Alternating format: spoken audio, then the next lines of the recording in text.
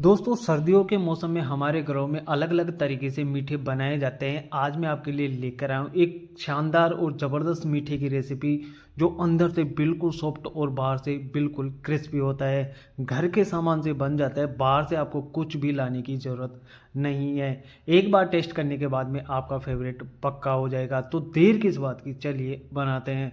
दोस्तों इस मीठे को बनाने के लिए सबसे पहले आपको 1 कप भरकर पोहा लेना है। जी हाँ, ये वही पोहा है जो हम रेगुलर यूज करते हैं। तो 1 कप लेना, इससे ज़्यादा मत लेना। अगर आप ज़्यादा क्वांटिटी में बना रहे हो तो फिर आप उस अनुसार ले सकते हो।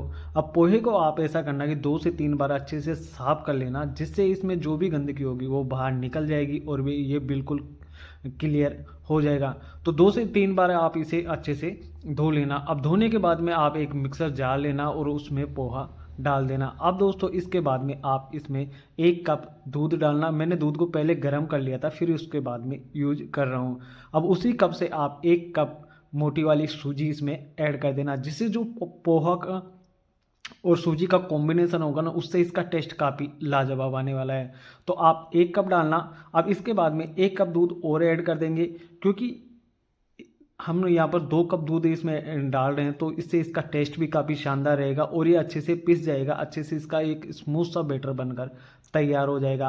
आप दूध की जगह यहाँ पर दही का इस्तेमाल भी कर सकते हो। अगर आप दही के साथ बनाना चाह रहे हो तो दही भी आप इस्तेमाल कर सकते हो। फिर आप दूध मत ऐड करना, और अगर आप दूध से बना रहे हो तो फिर इस प्रोसेस का इस्तेमाल करके आप बना सकते हैं।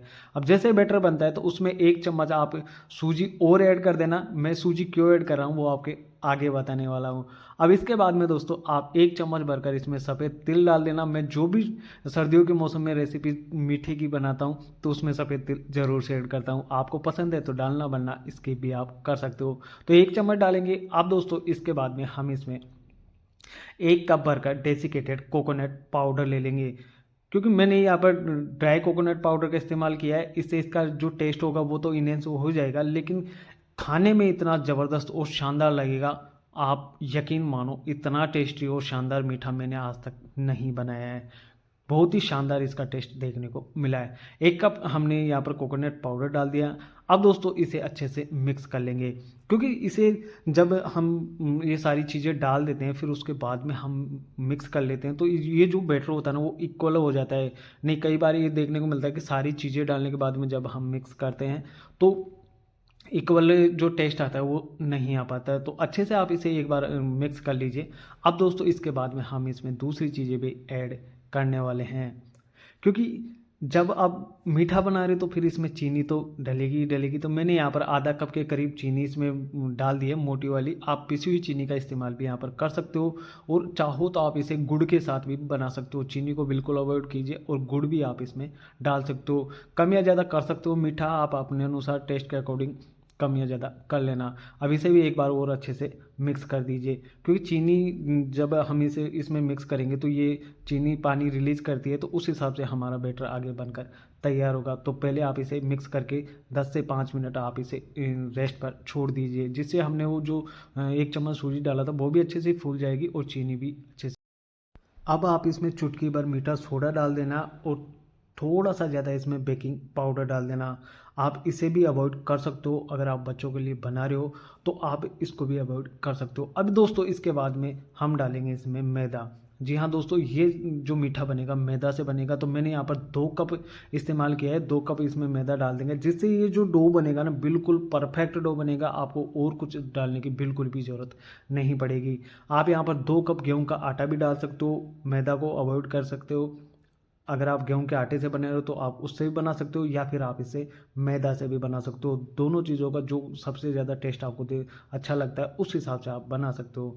अब हाथों पर थोड़ा सा ऑयल ग्रीस करेंगे, कुकिंग ऑयल लगा लेंगे, जिससे ये हाथों में चिपकेगा नहीं। और इसकी एक नींबू के आकार की बॉल्स बनाकर तैयार कर लेंगे कुछ इस प्रकार से।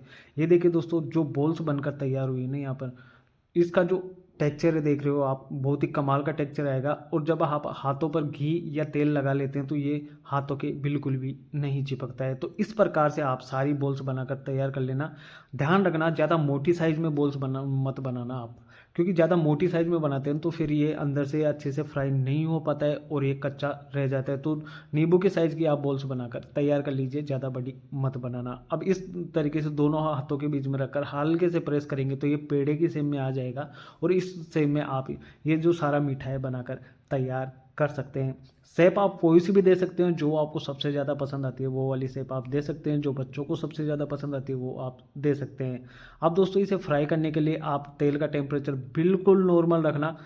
जब हम इसे डालेंगे तेल में तो हल्के हल्के बबल्स इस प्रकार से दिखाई देने चाहिए। तेल का टेम्परेचर बिल्कुल नॉर्मल रहेगा तब भी ये तेल में बिल्कुल भी नहीं फटेगा। और अगर तेल का टेम्परेचर ज़्यादा हाई रखते हैं तो फिर क्या होता है कि ये बाहर से तो अच्छे से फ्राई हो जाता है लेकिन अंदर से कच्चा रह जाता है। इस वजह से जब तेल का टेम्परेचर नॉर्मल हो और गैस की फ्लेम आप बिल्कुल लो रखना, लो फ्लेम पर आप इसे अच्छे से फ्राई कर लेना। 4 से 5 मिनट का समय लगेगा। और इसके अंदर आपको एक चीज़ और क्लियर कर देता हूँ कि इसके अंदर बिल्कुल भी ऑयल नहीं जाता है, बिल्कुल ऑयल नहीं बढ़ता है, जिससे ये ऑयली भी बिल्कुल नहीं बनते और ये अच्छे से फ्राई हो जाते हैं। तो आप करछी की सहायता से आप इसे उलट पुलट कर 4 से 5 मिनट तक अच्छे से फ्राई कर लेंगे तो ये अच्छे से फ्राई हो जाएंगे। देखिए मैं आपके सामने करछी लगातार चला रहा हूँ तो ये ना तो टूटने का डर है और ना ही फटने का डर है, कुछ भी समस्या आपको देखने को नहीं मिलेगी। दोस्तों मैंने आपने देखा होगा कि मैंने बाद में 1 चम्मच भरकर इसमें सूजी डाला था। तो वो सूजी इसलिए डाला था क्योंकि इसका जो टेक्सचर आता है ना वो काफ़ी कमाल का आता है। आप एक बार इस तरीके से डालकर देखना, काफ़ी शानदार आपको टेक्सचर देखने को मिलेगा, मज़ेदार ये मीठा बनकर तैयार होता है। अब देखिए हाँ इस पे हल्का हल्का जो कलर है छनने लगा है। तो इस तरीके से आप 4 से 5 मिनट इसे लगातार चलाते हुए फ्राई कर लेना, कोई दिक्कत आपको परेशानी नहीं आएगी। आप मैंने आपके जो सारी टिप्स व ट्रिक्स है आपके साथ शेयर कर दिया है, इस तरीके का इस्तेमाल करके ये मीठा घर पर बना सकते हो। बिल्कुल यूनिक तरीका, यूनिक मीठे की रेसिपी है। तो सेकंड बैच भी आप इसी तरीके से फ्राई कर लेना, ज़्यादा झंझट करने की बिल्कुल भी ज़रूरत नहीं है। देखो सेकंड बैच भी जब मैंने फ्राई करने के लिए डाला तो तेल का टेम्परेचर नॉर्मल था। तो इस नॉर्मल टेम्परेचर पर ही आप इन्हें फ्राई कर लीजिए, फिर उसके बाद में आपको खाने को मिलेगा इतना ज़बरदस्त और शानदार मीठा कि जो भी खाएगा तारीफ ज़रूर करेगा। क्योंकि इस तरीके से बनाए गए मीठे अक्सर बहुत ज़्यादा पसंद आते हैं बच्चों को भी और बड़ों को भी। आप इसे चाय के साथ या छोटी मोटी भूख के लिए इस्तेमाल कर सकते हो और आप ज़्यादा से ज़्यादा 4 से 5 दिन आप इसे स्टोर करके भी रख सकते हो। इसके बाद में ये ख़राब होने लगता है क्योंकि हमने इसे इसमें दूध का इस्तेमाल किया था। अगर ये जो डो है पानी से लगाएंगे तो फिर आप इसे महीनों स्टोर करके रख सकते हो, बिल्कुल भी ख़राब नहीं होता है। तो सेकंड बैच भी हमारा अच्छे से फ्राई हो चुका है। तो इस तरीके का इस्तेमाल करना और ये मीठा घर पर बना लेना। उम्मीद करता हूँ दोस्तों वीडियो पसंद आएगी। वीडियो पसंद आती तो वीडियो को लाइक करना और चैनल को भी सब्सक्राइब कर लीजिए ताकि आने वाली वीडियो की नोटिफिकेशन आप तक जल्द से जल्द पहुँच सके। अब मैं आपको इसे लास्ट में तोड़कर भी दिखा देता हूँ कि ये कितना शानदार बना है, अंदर का टेक्सचर भी काफ़ी कमाल का है। तो दोस्तों एक पीस उठाएंगे और इसे कुछ इस प्रकार से तोड़ेंगे तो ये देखिए अंदर से बिल्कुल सॉफ्ट ये मीठा बनकर तैयार होता है। तो देखा दोस्तों कितना आसान है। तो इस तरीके का इस्तेमाल करके आप बना सकते हो। मिलते हैं नेक्स्ट वीडियो में, तब तक के लिए धन्यवाद।